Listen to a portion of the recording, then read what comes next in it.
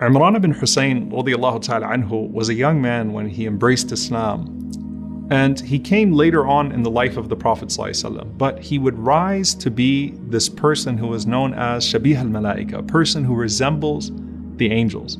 Not necessarily in his appearance or even in his character, but specifically in his worship. And he gives this example of how that worship of Allah subhanahu wa ta'ala manifested his household in the first place, by talking about how the Prophet ﷺ actually gave da'wah to his father. He said that the Prophet ﷺ came to my father and he said to him, Ya Hussein, O Hussein, how many gods do you worship? So he said, 7 total, sittan fil ard wa wahidan fis sama, 6 of them on this earth and 1 of them in the heavens.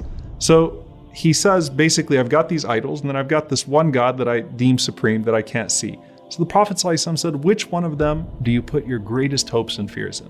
Which one of those gods do you give the greatest consideration to? So he said, the one that's in the heavens. That's the one that I have the greatest reverence for. The Prophet ﷺ said to him, then why don't you worship the one that's in the heavens and leave the ones that are on the earth? And subhanAllah, that made sense to him. And he became a muwahid, he became a Muslim, a monotheist and a Muslim.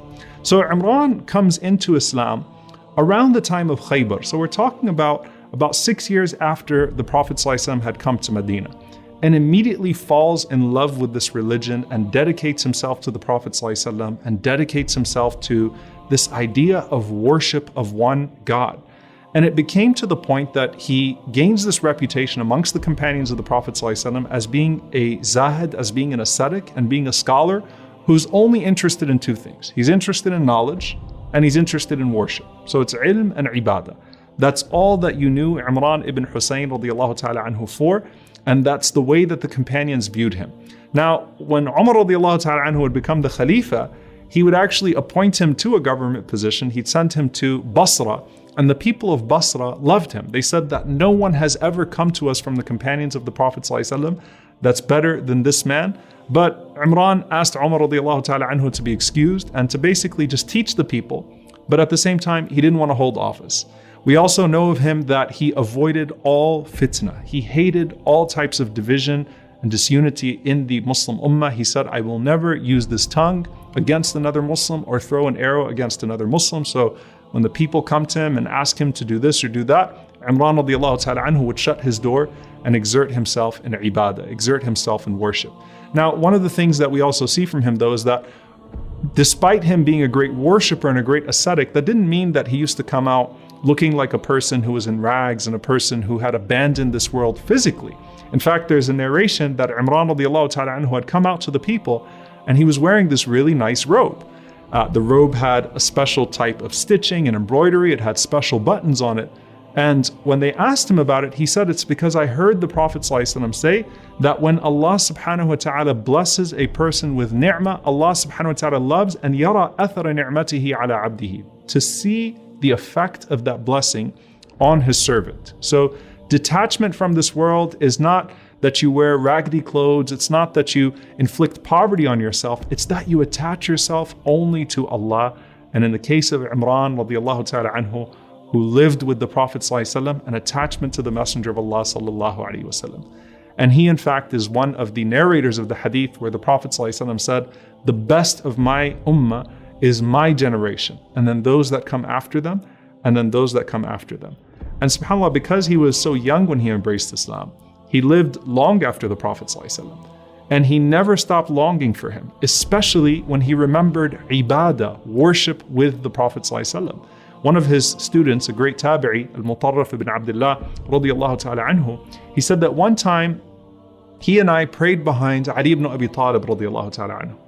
And after the prayer, Imran grabbed my hand and he said, this reminded me of the prayer of the Prophet ﷺ. This took me back to that time of praying with the Prophet ﷺ. Now, of course, everyone around the Prophet ﷺ was in a certain state. And if Imran distinguished himself, radiallahu anhu, even amongst the companions when around the Prophet ﷺ, then how was he at all other times?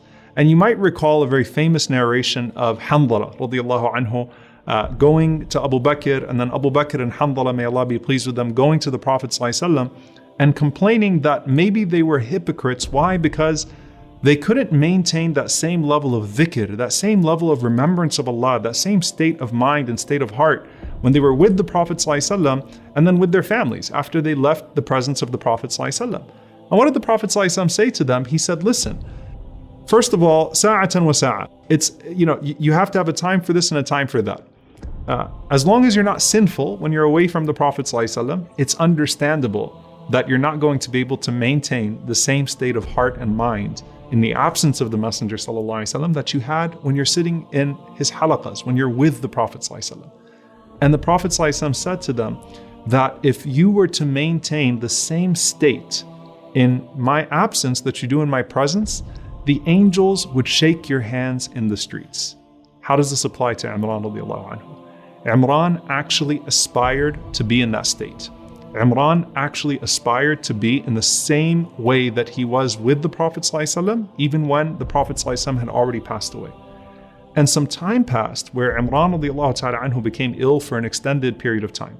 And he took inspiration from the story of Ayyub alayhi salam, the prolonged sickness and worship and patience. And then one day his student Al-Mutarrif visits him and he sees him very sad. So he says to him, what's wrong? He says that something was happening with me and Allah subhanahu wa ta'ala took that blessing away from me. He said, what is it? He said that for an extended period of time, the angels started to come to me. That I would come to my house and they would greet me at my door, and then they would even come to me when I would lay in bed and they would greet me at the head side of my bed. So the angels, sullima alayya, they were giving salam to me and I was giving salam to them as well. And this was happening from every direction. SubhanAllah, what a blessing from Allah subhanahu wa ta'ala to only happen to this one companion where the angels are saying salam to him and he's saying salam to them as well. He said, but it stopped after I did al-kay, which is a medical procedure that the Prophet ﷺ generally disliked. So he said, when I did al-kay, the angels stopped coming to me. So he was very sad about that. Mutarrif said, I told him that inshallah they'll come back to you. And subhanAllah, sometime after that, Imran radiallahu ta'ala anhu was in joy and he said to Al-Mutarrif ibn Abdullah, he said, Alhamdulillah, they came back to me, but don't tell anyone of this until after I die. I don't want anyone to know of this blessing that Allah subhanahu wa ta'ala has given to me until after I pass away. And subhanAllah, it stayed that way until he passed away, radiallahu ta'ala anhu. And there's something very special about this, that the Prophet ﷺ was not just giving a random example. If you are in a state of dhikr, you are in the presence of angels, whether that's in a gathering or whether that is as an individual. And when this person, Imran radiallahu ta'ala anhu, is able to maintain that consistent remembrance of Allah, then Allah subhanahu wa ta'ala blessed him with the consistent presence of the angels. And for us, the more we remember Allah, the more the angels are going to be present with us.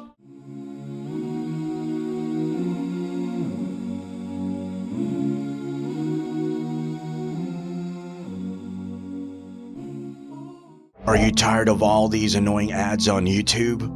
Are you worried that a haram video might pop up? Well, the One Islam TV app is here to solve these problems, inshallah.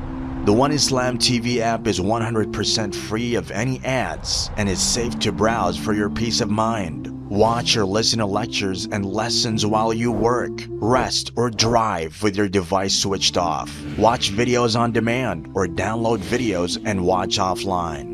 Watch hundreds of high-quality produced Islamic reminders, Quran learning videos, stories of the prophets, and so much more. 2 to 4 new videos uploaded daily, inshallah.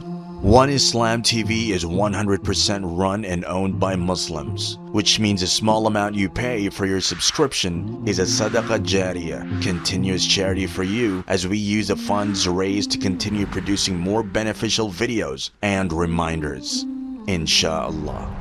The One Islam TV app is now available on Apple devices, Apple TV, Android devices, Android TV, Amazon Fire TV, and Roku, so you can watch on most devices and smart TVs. Download now for a free 7-day trial. May Allah reward you for supporting our work.